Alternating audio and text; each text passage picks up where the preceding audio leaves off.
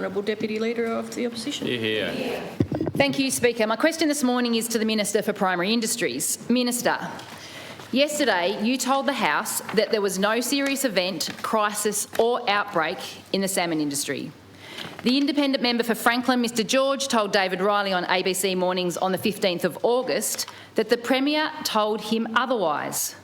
He said, and I quote, "In fact, there's a brand new disease outbreak, which I learned about from Jeremy Rockcliffe himself."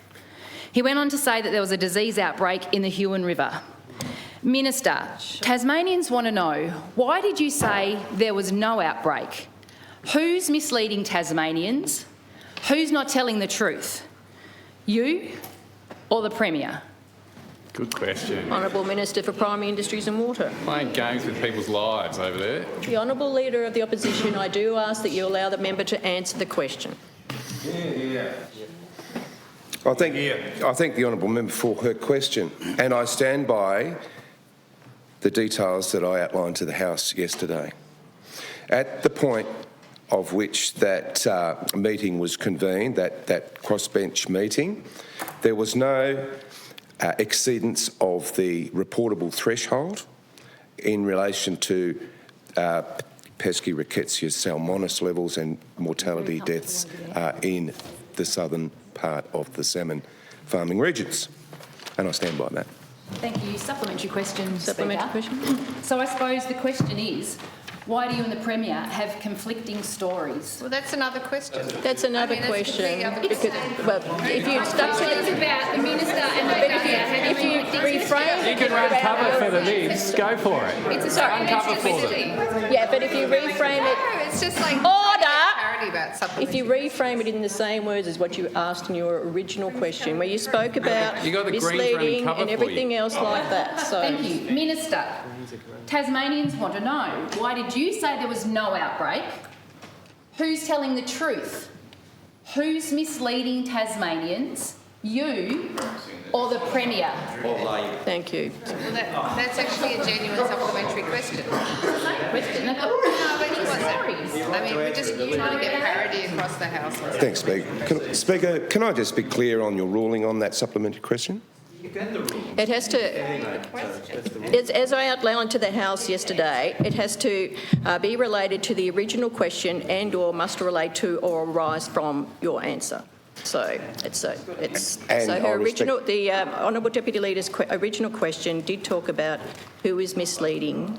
So the Honourable Deputy Leader has gone back to her original question.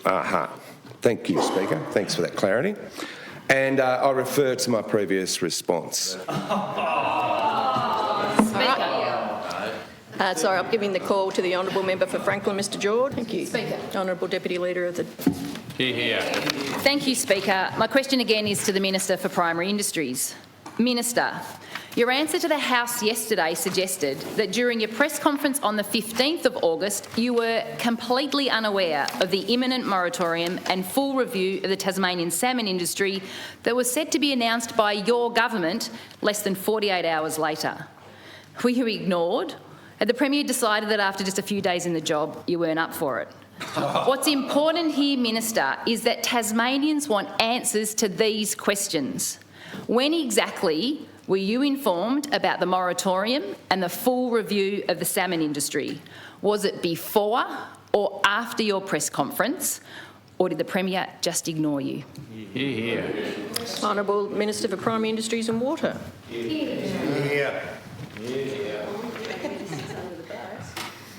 Thank you, Speaker, and I thank the member for a question. And again, I refer to the response that I gave yesterday. I treated this matter as an operational matter. I took the scientific advice from the experts that exist within my department. I discussed that with the Premier, and it was decided that with respect to transparency and in briefing the crossbench, that we do that from an operational perspective. And I was at no stage at that time privy to the inference that you refer to on any future action that may or may not have occurred. Thank you. He went Supplementary too far, didn't he? question. Supplementary question. I think he's referring to the Premier speaking gobbledygook. So my clarifying Order. question is your reference to gobbledygook the fact that you were not informed prior to your press conference that your government was going to apply a full moratorium and review into the industry just 48 hours after you were put up in front of the press?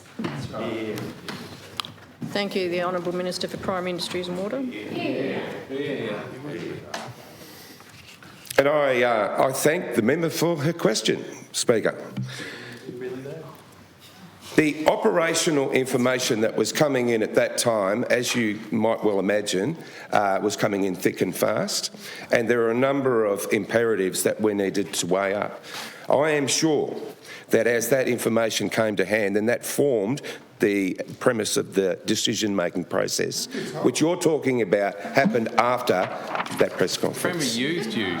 Premier told Mr George the day. Order. The Honourable Member for Lyons, Ms.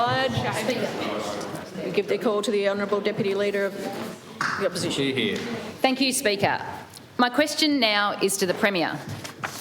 Premier, your Minister for Primary Industries has told the Parliament that there was no disease outbreak. But the independent member for Franklin, Peter George, told ABC Radio that you told him otherwise in a phone call on the 14th of August.